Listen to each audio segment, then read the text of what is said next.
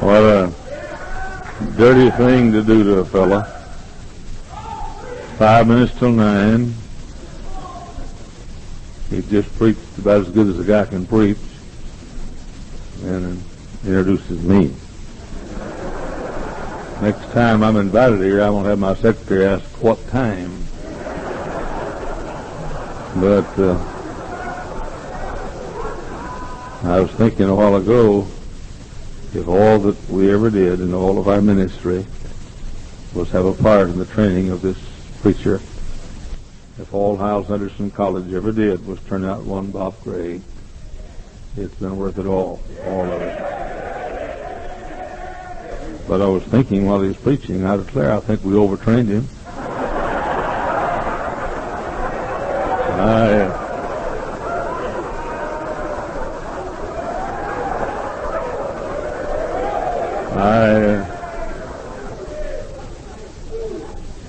That's the first time I've ever sat in an audience and found out what I preach like.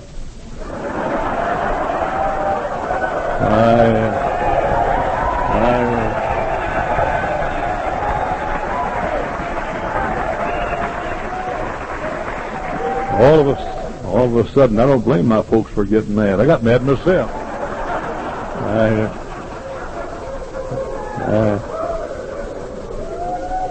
I had never heard me before, and I got a little upset at that sermon. That night, my soul, he didn't leave anything unturned, did he? He made what a few friends I've got mad tonight. And he said, "Where can we go?" I don't know, but I'm going to find it. I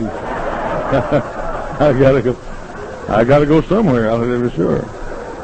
But all right, I mean it when I say that if all I'd ever been privileged to do in a lifetime, 44 years of preaching, was just have a little part in being instrumental in helping to train Bob Gray and C.W. Fisk and fellows like that, we're on this platform and in this audience tonight, it'd certainly be a life worthwhile. Now, what do you do at 9 o'clock? Open.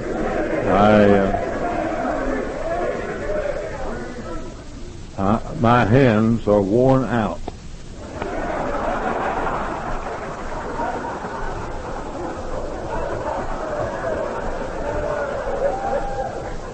I did more calisthenics tonight than I've done in a long time. I dedicated this building years ago. I dedicated the one they had before this in another location years ago also. I got a letter not long ago, a few months ago, maybe nearly a year, a fellow who said, "Dear Dr. Hyles, why don't you preach some of your old sermons?" He said, "You and Dr. Rice traveled across the country, and he said some of those sermons helped to change a generation." He said, "Why don't you take them out and use them to change our generation?" And I was convicted about that. So I got my old Bibles out and started dusting off some of my old outlines.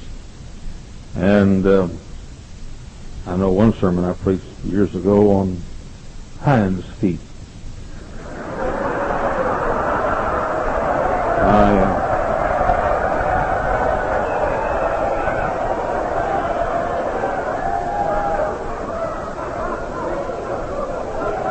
And I enjoyed my homecoming with it tonight very, very much. But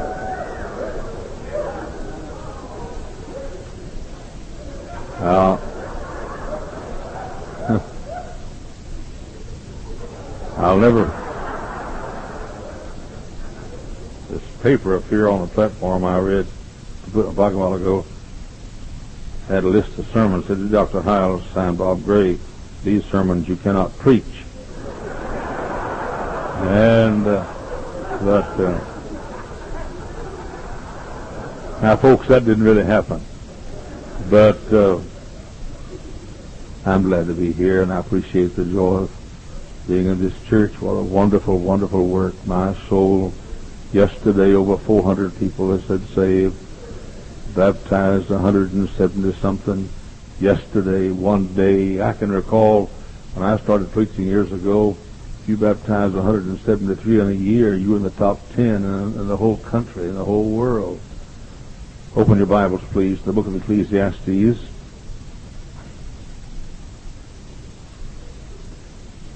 This is a sermon I used to preach, rarely ever preach it anymore. It's the sermon that if I had a preacher to preach for me in my church to help my people, to preach to my people, of all the sermons I have an idea this is the one I would rather them use. Ecclesiastes chapter 12, the last chapter of Ecclesiastes, and verse number 13. The wise old man had had it all. Anything that his heart could desire, anything his eyes would see, anything he wanted, he had it. He had houses, he had lands, he had silver, he had gold, he had power, he had fame, he had it all. He comes to the end of his life. His hair is gray, back is stooped, the brow is furrowed, hands are palsied, no doubt. He looks back over his life, and I ask him a question. I say, Your Majesty, you've had everything that you could want. Everything your eyes ever saw that you wanted, you got. Everything your ears ever heard that you wanted, you got. You had everything. Would you tell me honestly, before you go on to eternity, what life is all about? He picks up his pen with palsied hand and says in verse 13, let us hear the conclusion of the whole matter.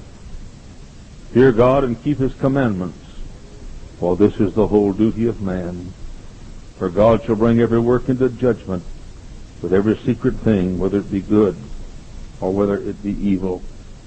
Exodus chapter 21 and verse number 10, it speaks of her duty of marriage. In Deuteronomy 25 and verse 5, it says, a man is to perform the duty of a husband's brother. 2 Chronicles 8:14, it speaks of the duty of every day. In Ezra chapter 3 and verse 4, it says they offered daily burnt offerings as the duty of every day required. Our Heavenly Father, there's a reason why I'm here. It's not by accident. It's no it's an on purpose. Because there's a reason I'm here, there's a reason for me to speak, and there are many reasons in this room why I'm speaking on what I'm speaking on tonight. I pray, Holy Spirit, you would speak through me to the hearts of the people. Please, in Jesus' name, amen. Pastor, he said, as he sat across the desk from me, I'd like for you to help me if you can. You see, Pastor, I've lost my burden for soul winning. There was a day when soul winning was a great delight to me. I'll never forget the first soul that I won to Christ. What a thrill, and what a delight. I used to enjoy passing out tracts on the streets, and witnessing on street corners, maybe even preaching a while on a street corner. But Pastor, something's happened to me. I don't like what's happened to me. I wish I could find out what caused it. Could you help me, Pastor? I've lost my desire for going soul winning. Pastor, said another who sat across the desk from me, Pastor, could you help me, please? I don't enjoy the Bible anymore. I can recall when I was a new Christian, I used to love this book. Sing them over again to me, wonderful words of life. Let me more of their beauty see, wonderful words of life. But Pastor, something's happened to me. I used to could read, let not your heart be troubled. Ye believe in God, believe also in me. In my Father's house are many mansions. If it were not so, I would have told you. I go to prepare a place for you, and if I go to prepare a place for you, I will come again, receive you unto myself, that where I am, there ye may be also. And Pastor, I would tingle on the inside as I read that, and know the thrill of my soul as I read, and I, John, saw the holy city coming down from God out of heaven, prepared as a bride adorned for a husband. But Pastor, I don't understand it. I don't enjoy the Bible anymore. I don't thrill when I read the Bible. I don't tingle anymore when I read the Bible. Pastor, what's happened to me? Could you help me, please? Something's wrong. I don't feel like I used to feel about the Bible. Pastor, said another who sat across from me at my desk, could you help me, please? I don't enjoy my prayer life anymore. I can recall when I first learned to pray. I learned there was a throne of grace, and that I could come boldly to that throne. I'll never forget, sweet hour of prayer that calls me from a world of care and bids me at my Father's throne make all my wants and wishes known in seasons of distress and grief. My soul has often found relief and oft escaped the tempter's snare by thy return, sweet hour of prayer. But preacher, I don't enjoy my prayer time anymore. Why, I used to think of my prayer time as an audience with the King of Kings and the Lord of Lords and the omnipotent God bending low to talk to dust and flesh and hear me speak to him. But I don't enjoy it anymore. Preacher, what's happened to me? I don't like what's happened. Could you help me, please? I don't enjoy my prayer life anymore. Preacher, I'll be honest with you. I don't pray like I used to. I don't have a regular time of prayer. What's happened to me? Pastor, said another who sat across the desk from me, I'd like to resign my Sunday school class. I don't enjoy it anymore. I used to enjoy it. Could I forget that first Sunday after you gave me that little class of boys? When I walked in that class and realized I was teaching the only book that God ever wrote to the eternal souls of little boys. And Pastor, I could not tell you how I felt. And Pastor, one morning, one of those little boys walked the aisle for salvation after Sunday school. And Pastor, I could not tell you how I felt. I was a Sunday school teacher, but preacher, I don't feel that anymore. I don't enjoy my class anymore. I'll be honest with you, Pastor, it's a chore to me. I don't tingle while I teach. Pastor, I'm resigning my Sunday school class.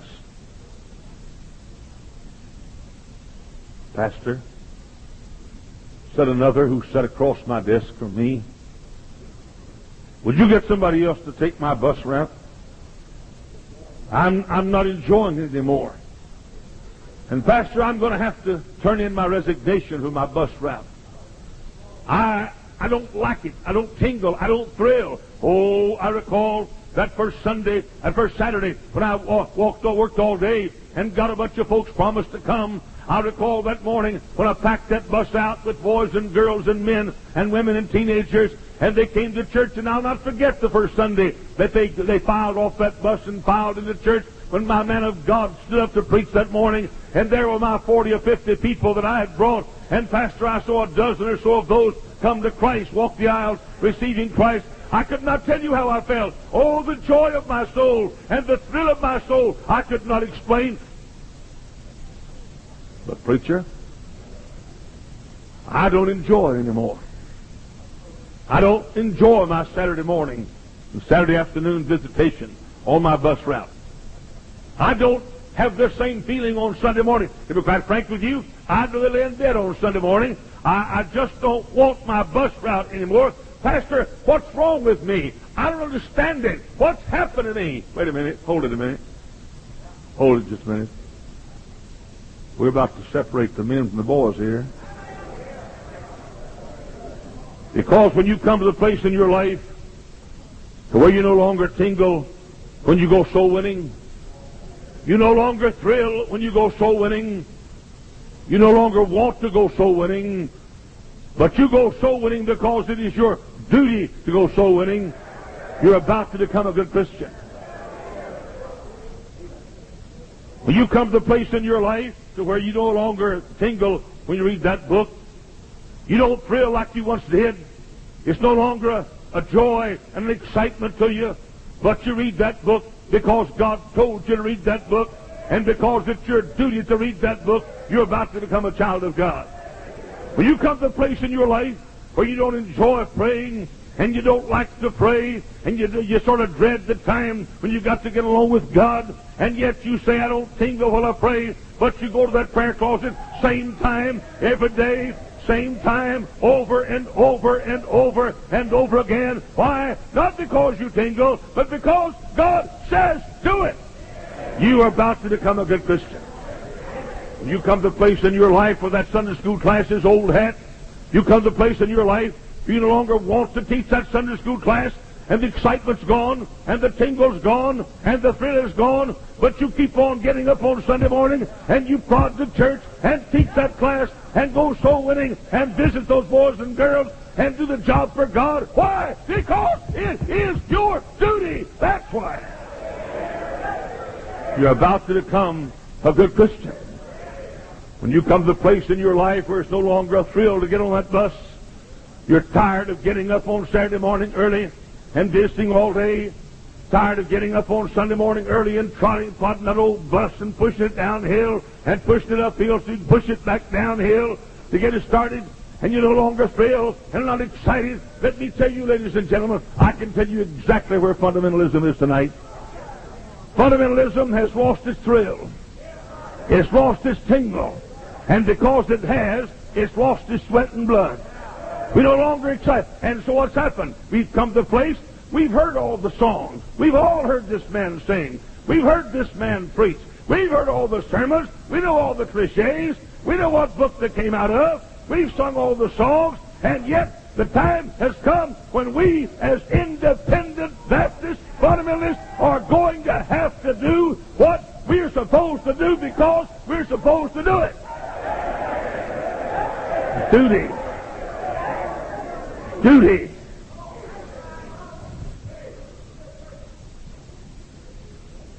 The difference between a good church and a great church is when that good church has passed through the infancy and adolescence of soul winning and Bible reading and prayer, but keeps on doing what it's supposed to do because God says it's supposed to do it.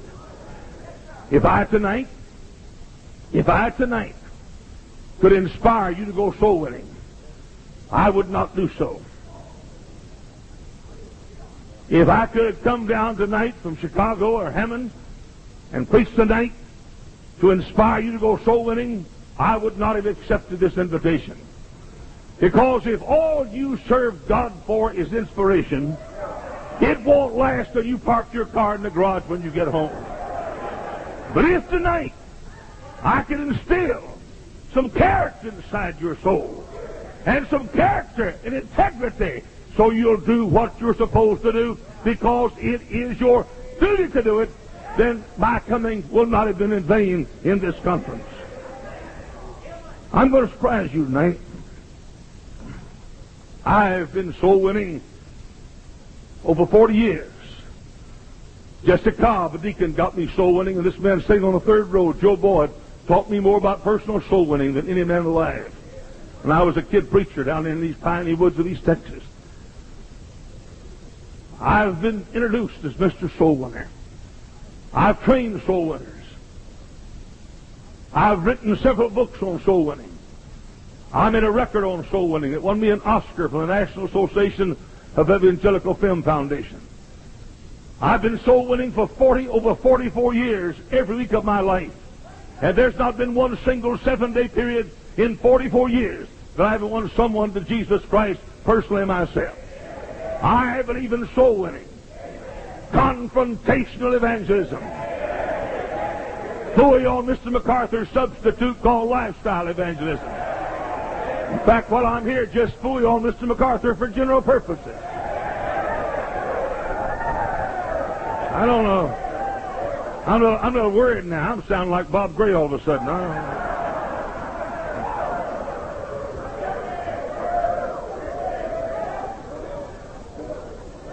Man, I hate to get beat with a guy trained.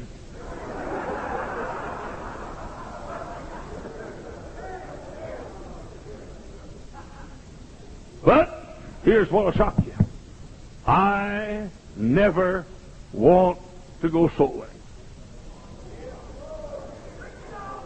There's nobody there to say, and now here is Dr. Jack Hyles, pastor of America's largest church, founder and chancellor of Hyles Anderson College.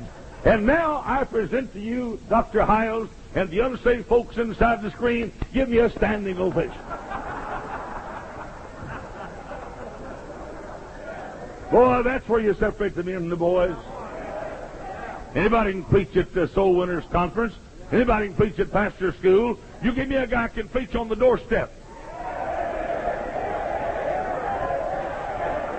When you say for the Hyles, do you go soul winning? Oh, yes, I go soul winning.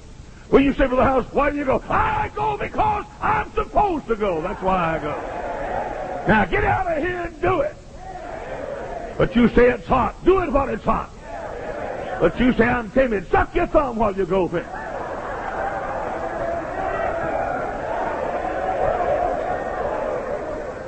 Now you listen to me. You're not right with God if you're not a soul winner. I said you're not right with God if you're not a soul winner. Now you listen to me. It's time that you quit doing what's fun and do what is your duty to do.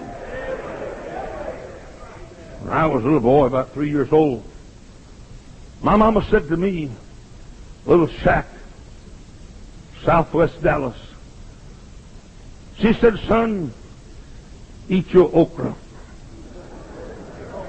I looked at that bowl of boiled okra. Looked like those little ball bearings escaping out the side.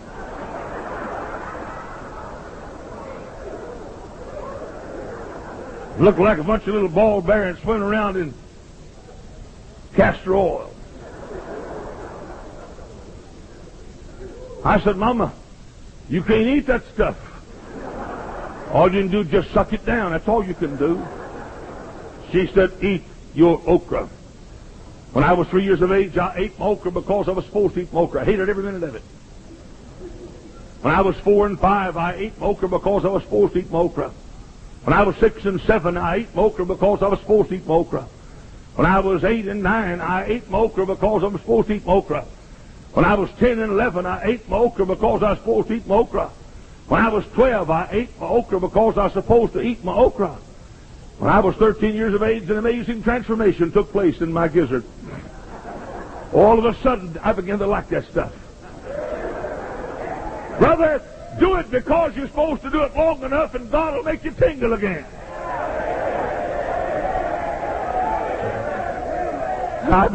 I've been preaching 44 years, brother. I'm almost 65 years of age, but I'll declare if the tingle ain't coming back.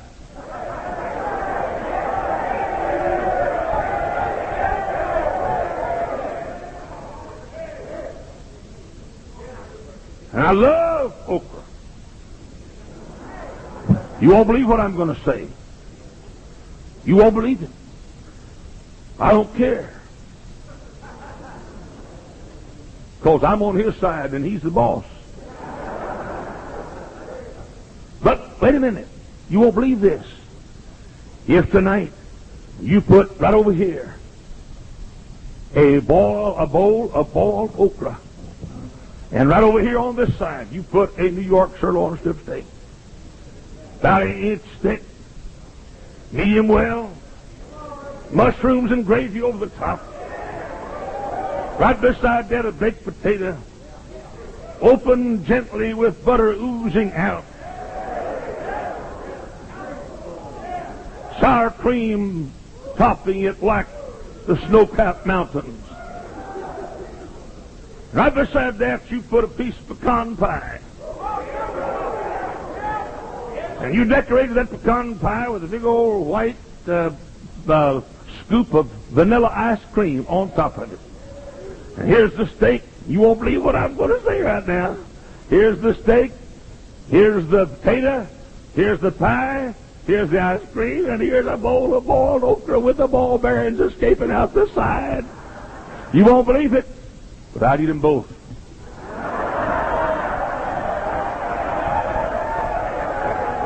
And I've got proof I'd eat them both. My mom didn't raise no dumb boys. But if you said you can't have them both, I'd eat the okra. I want to tell you something.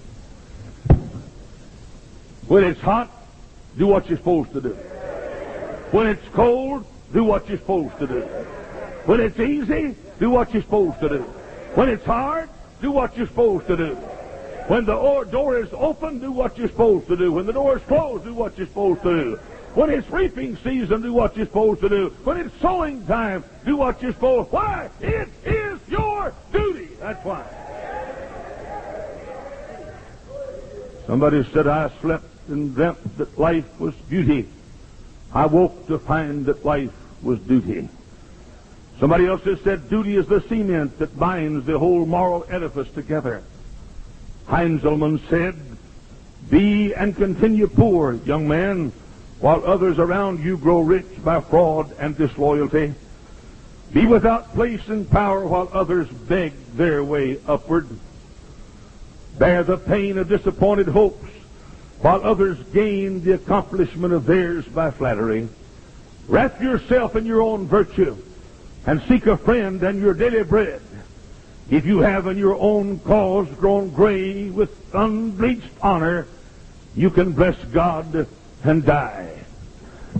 Independent fundamental Baptist churches have come to the place to where we have got to keep on going because we're supposed to keep on going. We've got not to quit because we're supposed not to quit. We've got to build great churches because we're commanded to build great churches. About 30 years ago, I was preaching, about 33 years ago, more, maybe 34, I was preaching up in Garland, Texas. One Sunday morning, I felt while I was preaching like somebody had taken my throat, and with their fingers, almost could feel fingers around my throat choking me. I cleared my throat to no avail. I coughed and cleared my throat again. It did not help. Went on that afternoon, used the usual homemade remedies. Lemonade, hot lemonade, apple cider vinegar, cough drop, the usual thing. That night it was worse.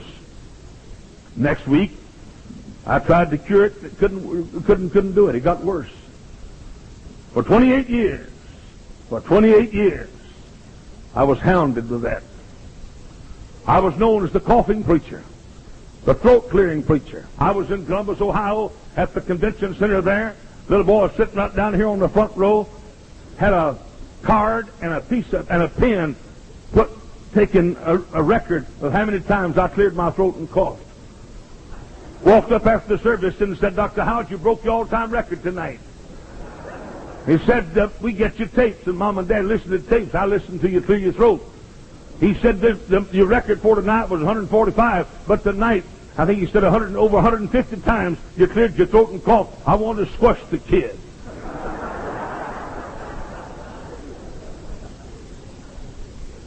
I hated to preach at a new place. I did it because I could not help it. I could not help it. One day, one of the doctors in our church, we have a bunch of them, one of them came to me and said, Pastor, I think something bad wrong with you. You may have cancer. He scared the fire out of me. I went to Billings Hospital, the University of Chicago Hospital in Chicago. That's where, University of Chicago. But cancer, he scared the fire out of me. I went to Billings Hospital, the University of Chicago Hospital in Chicago. That's where University of Chicago Hospital is. It had something to do why they named it that, I think. But they gave me a little bitty blue gown to put on. I mean, miniskirt. The kind that comes all around like this and ties in the back but doesn't meet in the back. And from here around to here is gown, and right down the back is me. And the doctor was one of my deacons, and I said, Doc, I said, you're going to have to find me a little room. He said, no, Pastor. He said, the folks waiting for surgery and x-rays and so forth, they sit out here in the hall. I said, Doc, I'm not sitting out here in the hall. I'm not going to do it. I'm not going to do it. I mean, people know me all over this area, and here I'm sitting out here with my knees and my thighs showing and my back and my a lot of stuff showing. And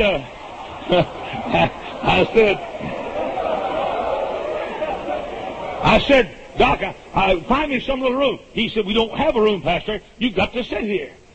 Well, I sit there. Learn to appreciate women more than I ever have in my life. Keeping your stupid knees together. First man walked by was one of my deacons, C.A. Norrell. He looked at my legs and my thighs and my knees and said, woo, woo, woo. I said, shut up and keep on going.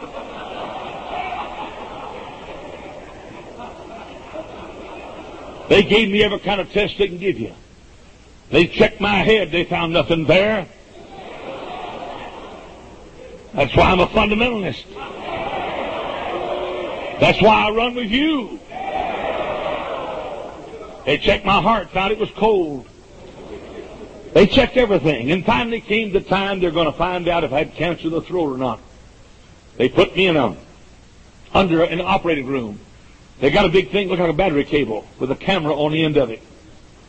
And Doc said, we're going to put you to sleep, Pastor, and we're going to put this camera down there. Had a little television set over here. You see, my face has not been on television, but my gizzard has. And, but anyway, he said, now, we're going to put you, I said, no, you're not going to put me to sleep. No. I said, deaden me some way. So he did. That thing must have been that big around, like a battery cable. They stuck that thing down my throat. I said, Doug, you see anything yet? He said, Pastor, I'll tell you when I get down there. A while longer. You see anything yet? He said, Pastor, be patient. Okay, I will. But do you see anything yet? And finally he said, Pastor, there's no cancer there. Did you ever shout with a battery cable down your throat? Hallelujah! Glory to God! Amen! Amen! Praise the Lord! Yay! Woo! And then he, after he gave me all the tests, he took me to a little room. He said, I want to see, come to this little room. I said, Doc, you said you didn't have a little room.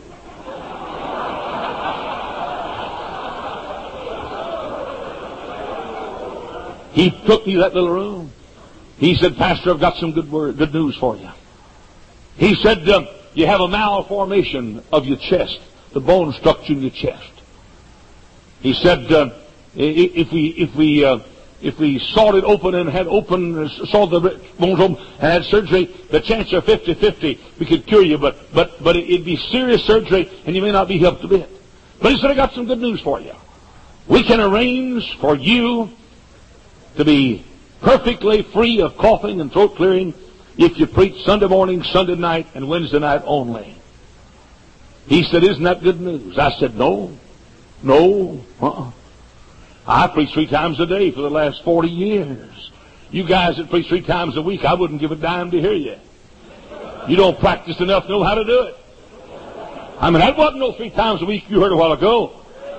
That's about once a month.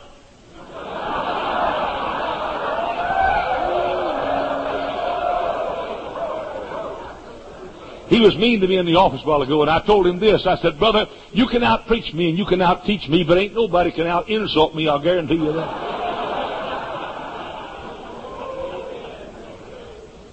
And the doctor said, but preacher, he said, why? You can preach 3 times a week and you won't have to clear your throat or cough.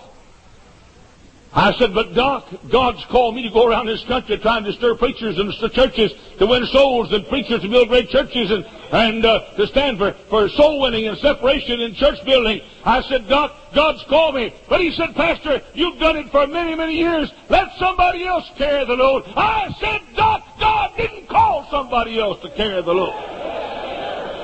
Well, he said, okay, if you want to go around the country making a fool of yourself, go ahead. And I said, okay, I'll do it because it is my duty to go.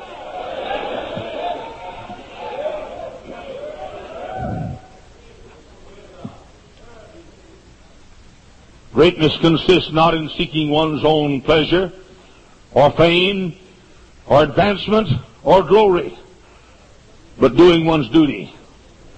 Edmund Burke said, never despair. But if you do, work on in despair. I tell our Hyles Anderson College students, one word separates that A student from the student that fails his courses, has to take his year over again, and that word is not brain, that word is duty.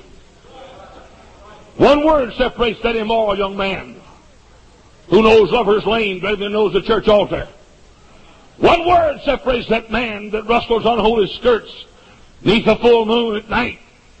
One word separates that young man tonight in this room who's living an ungodly, immoral, lascivious life. One word separates that young man from that young man that's decent when he walks out the door and stands at the altar and waits for his bride to be to walk down the aisle.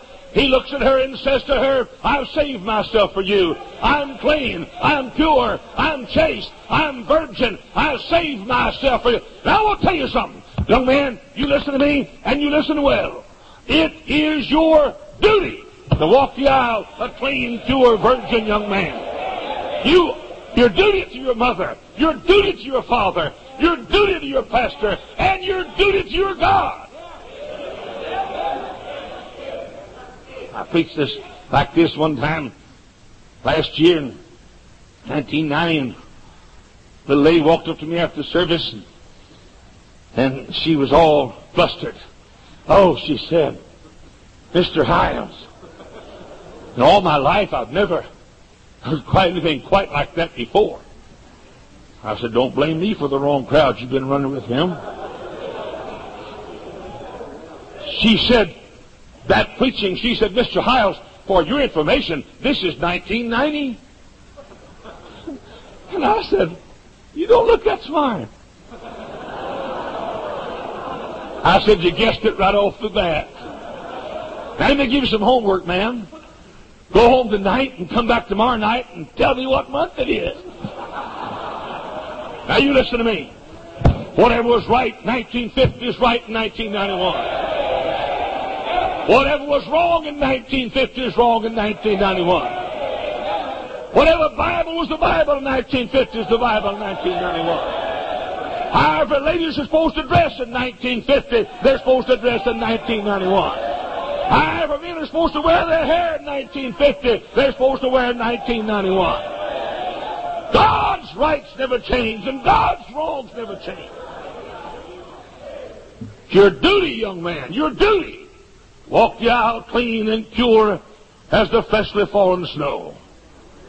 One word separates that clean, pure young lady who walks the aisle is clean in her body and is pure white in her soul and spirit as the dress she wears, and whose modesty is symbolized by the veil that covers her pretty face. One word separates that young lady who reaches up and takes the arm of God's man for her and looks up and says, I've saved myself for you. I'm clean. I'm pure. And by the way, girls, you won't do it watching the primetime television programs. And you won't do it watching the dirty soap operas. And you won't do it laying around on the beach like a hog naked either. You won't do it. I'm saying one word separates that clean, moral, decent young lady from that young lady who slept with every boy in the senior class and walks down the aisle impure, a harlot, and a whore. One word. And the word. But I'm just oversexed. All shut up. My Bible says there's no temptation taken you but such as is common to man. No, you're not oversexed. You're under-charactered. One word separates that young lady from that's pure and clean from that young lady that's given her body in love on Lover's Lane. And that word is duty. Young lady, you listen to me. You owe it to your mama. You owe it to your daddy. You owe it to your Sunday school teacher. You owe it to your preacher to stay clean and pure to the day you walk down that aisle. One word separates that hard-working pastor who builds a great church from that excuse maker who says, I have a hard field. And that word is duty. Now you listen to me. Every pastor in this room, it is your duty to build a great church. But you say, Brother Hyles, everybody can't be a Jack Hyles. Okay, try being a Lee Robertson then.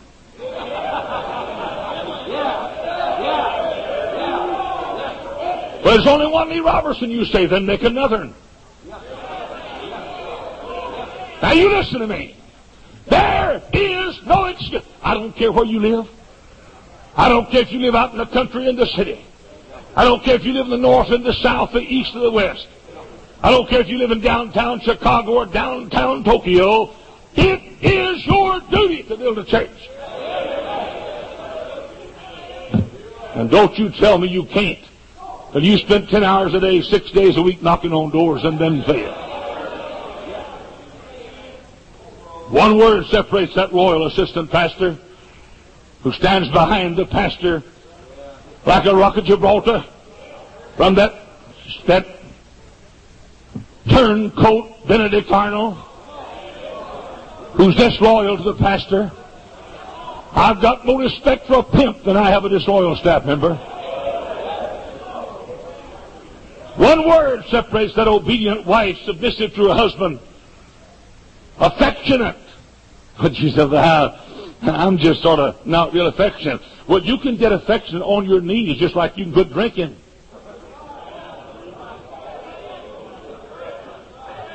One word separates you frigid, selfish women from you submissive, obedient, loving men, loving women. Both. One word separates that loyal, submissive wife from the ERA hussy. And that word is duty.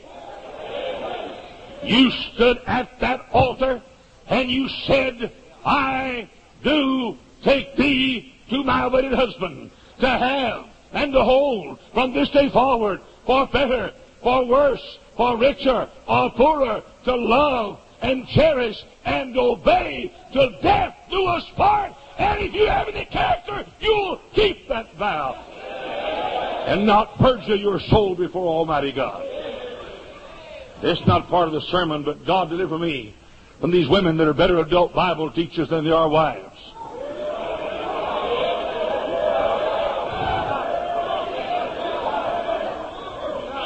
All the Hyles Anderson boys come to me. They say, Brother Hyles, we have a little card here. What I'm looking for in a wife. A pianist, soul winner, Sunday school teacher. What do you think, Brother Hyles? I said, don't like your list. They said, well, what would be your list? I said, one thing, likes to pucker.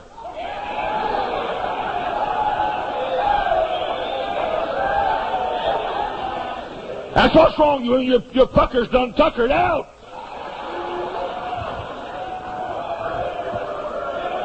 Why don't you stop and realize it's your duty to be a good, submissive wife? I just don't like that kind of preaching. I don't like your kind of loving either. Boy, you guys are liking this, aren't you? I'm saying to your wives what you've wanted to have the courage to say for a long time.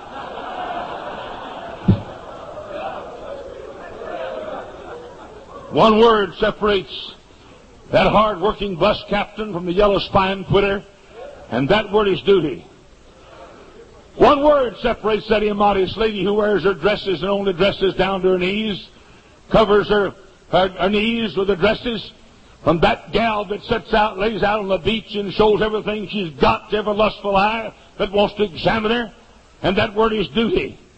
One word separates that man that goes to the barber shop instead of the hair stylist, and that word is duty.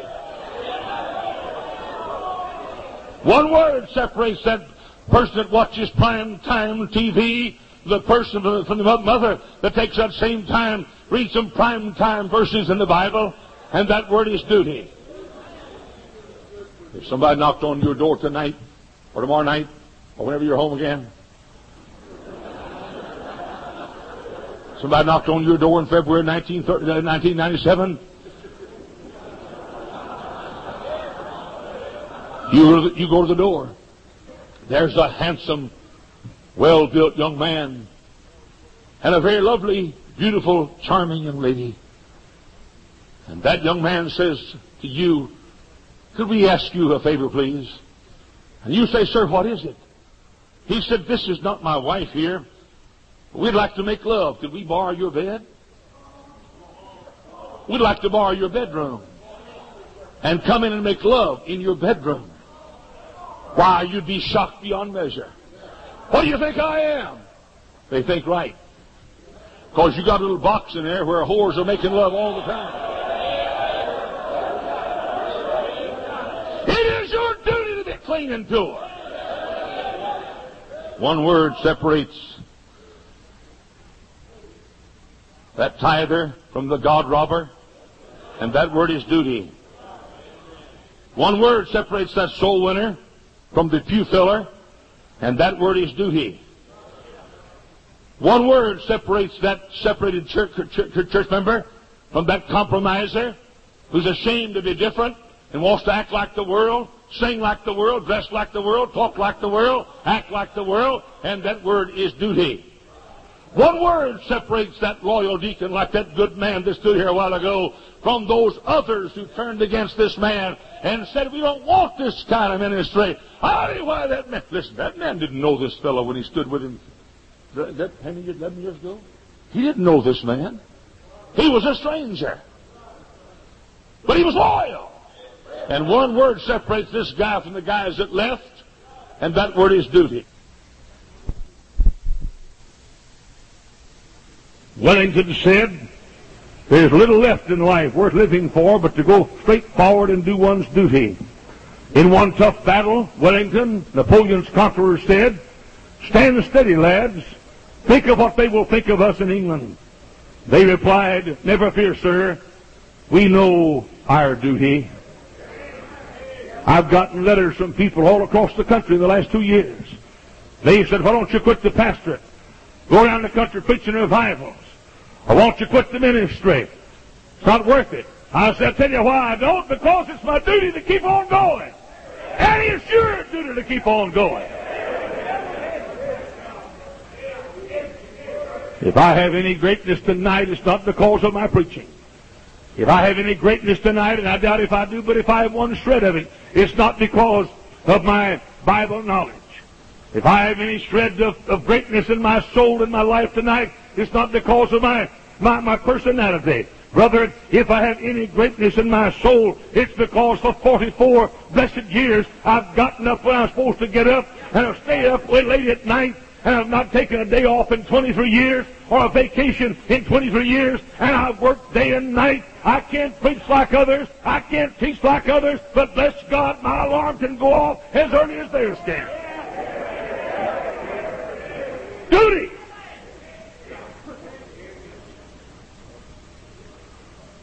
Admiral Nelson's watchwords were these: England expects every man to do his duty.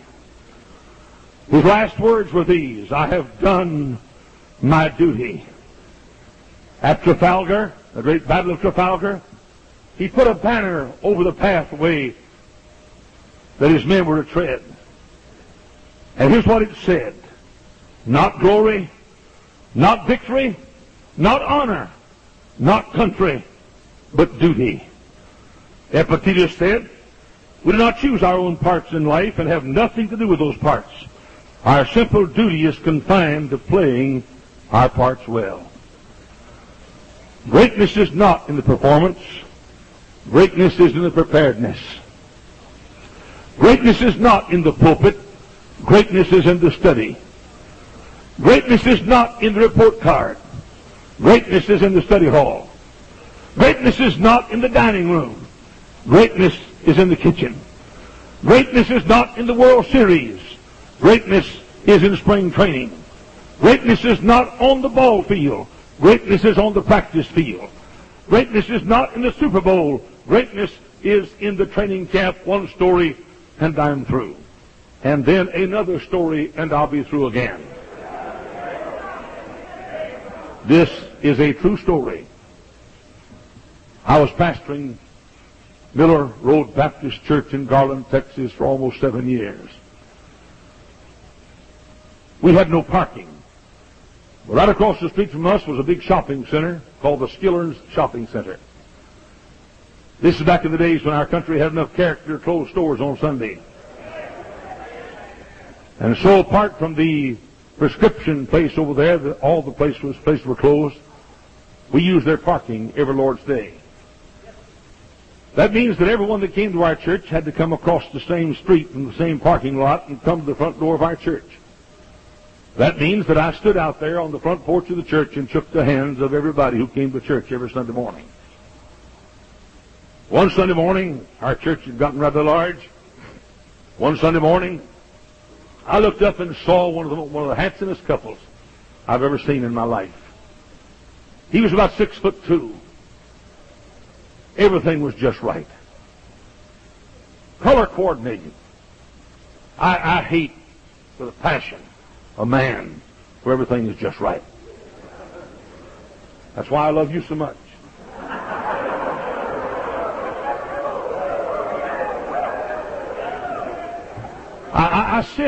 I sense that you folks have been wanting to get something on him for a long time. And I sense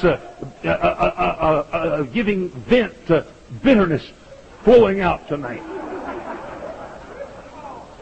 But this guy, about 6'2", good-looking guy. I mean, looked like he stepped out of a men's fashion magazine.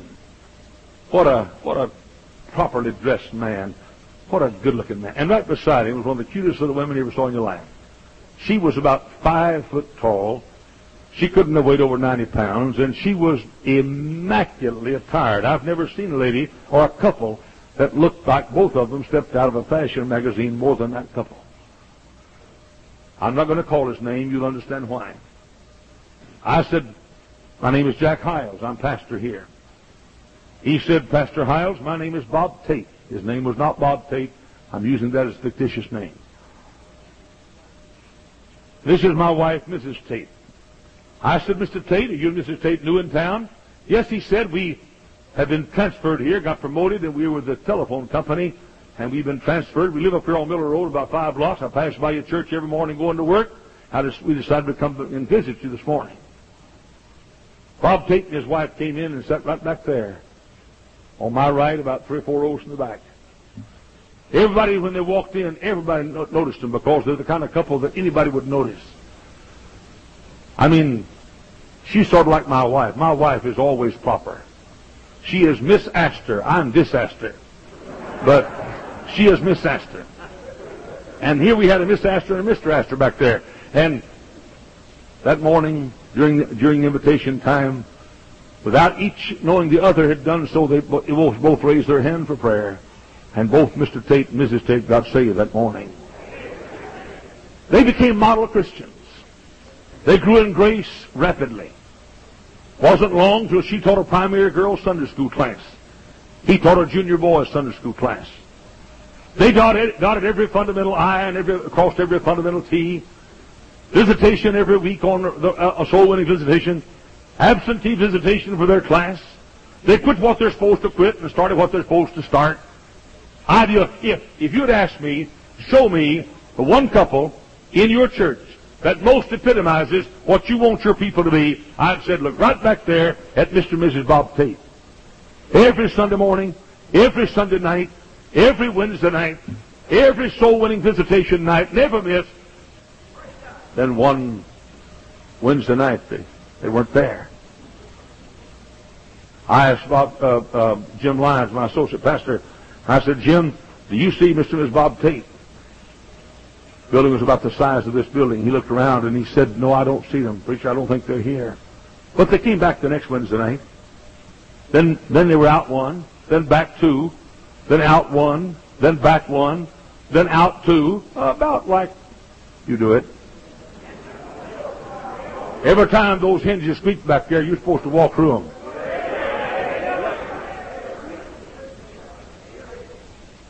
One Sunday night, I looked back and couldn't see the Tates. I said, Jim, do you see Bob Tate and his wife?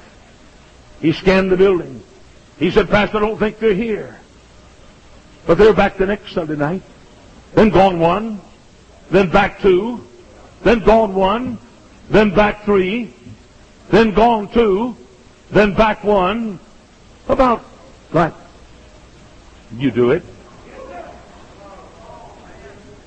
One Sunday morning, they weren't there. I said, Jim, I don't see the tapes. He said, I don't either. But they came back the next Sunday, and the next, and the next, and gone one.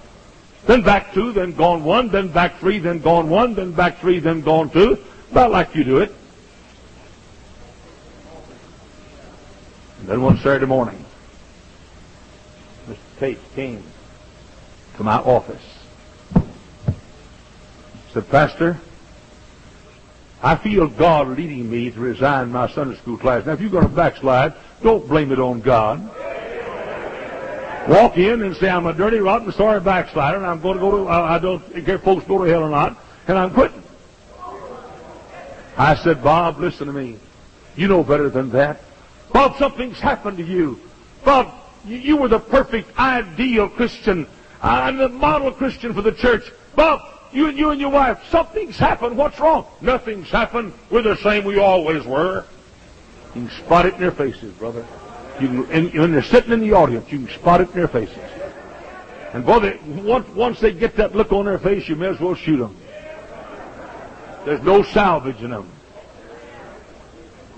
Old Joe Boyd used to pastor a church called the Open Door Baptist Church. He says he's going to change it to the Revolving Door Baptist Church.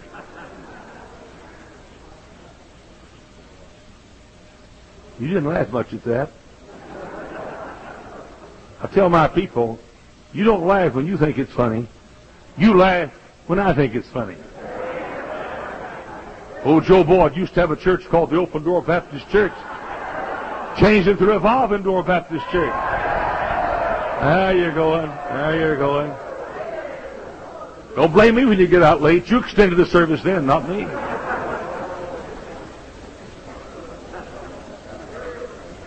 I said, Bob, why don't you and your wife, why don't you get right like you used to be? You don't come to church regularly on Wednesday night. You're gone on Sunday night. Even now you're gone some on Sunday morning. Bob, don't resign the class. You'll be sorry, Bob. I beg you don't do it. He took that record book. He tossed it like that on my desk. What a throw. He tossed it like that on my desk and walked out the door and said, I'm resigning. 22 years passed. I was in Hammond, Indiana. Opened my mail one day. Up in the upper left-hand corner, it said Bob Tate. Bob Tate. Bob Tate. Yeah. Yeah. Tall, good-looking guy. Cute little wife. Model. Yeah, Bob Tate. Sure.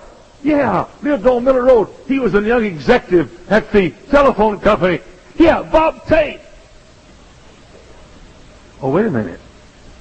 Under his name it said Huntsville Penitentiary, Huntsville, Texas. And I'm quoting almost word for word the letter. Dear Brother Hyles, you may not remember me, but I was a member of your church in Garland, Texas years ago. My wife and I lived on Miller Road, about 5 blocks from the church. I was a young executive with a telephone company. I taught a junior boys class. My wife taught a primary girls class. Brother Hyles, you may not want to write me, but a few weeks ago, I found my wife in the back seat of a car across the street from the Garland high school football field in a parking lot of a shopping center, making love to the high school football coach. When I saw my wife and that coach making love to each other, I got in my pickup truck and drove back to our house. I got my gun. I came back to that parking lot across the street from the football stadium and found with the Hyles, I killed that coach. And I murdered my wife. I could not believe what I read. Perfect couple. Best Christians we had. Model couple, model Christians. Could that handsome young man who went soul winning every week, could he take a gun and kill that little lady who went soul winning every week and built a primary Sunday school class? Could that little lady make love to another beside her husband? How could it be? Brother Hyles, you probably won't want to write me, but I'd love to hear from you. Signed, Bob Tate.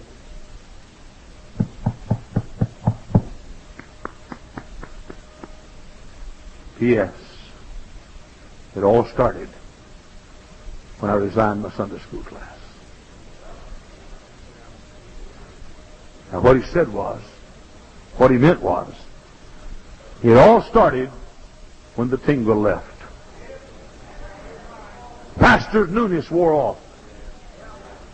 I've heard his stories all through twice. He started around the third time.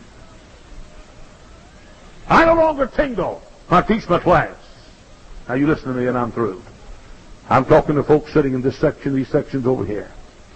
As sure as there's a God in heaven, you're delinquent and derelict about your duties for God. You know you are. Tingle's gone. You don't live in this book. You don't live on your knees. You're not busy knocking on souls, doors, winning souls. That's not fun anymore. The rah-rah's gone. The hip, hip, hooray is gone. The hip, hip, hooray may be gone, and the rah-rah may be gone, but the commandment of God is still there. It's your duty. You mark my word that people sitting in that section right there that within 12 years, 12 months from right now, you'll be an illustration in somebody's sermon. And it won't start in the whorehouse. And it won't start committing adultery. And it won't start robbing or stealing. And it won't start living like the heathen live. It'll start because the little responsibilities of the Christian life are no longer fun to you, and you no longer do what you're supposed to do because it's your duty to do it.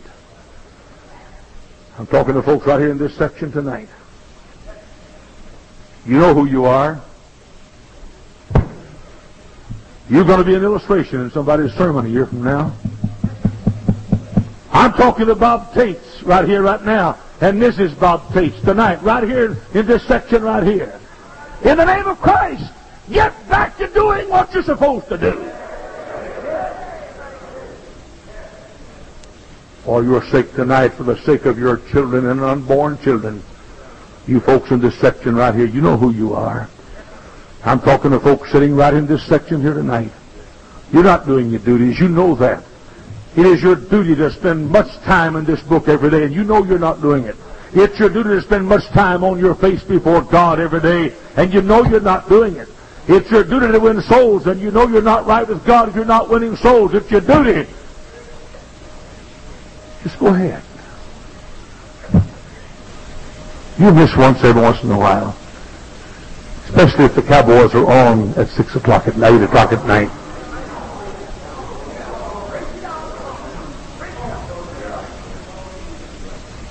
But you're on the road to a letter from the Huntsville Penitentiary. Oh, you say not me.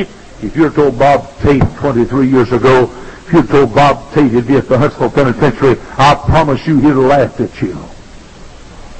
I'm talking to folks over here right now, and folks in the choir, who are not fulfilling your duties. Your Highness, You've made a lot of mistakes. You've been called the wisest man in the whole world.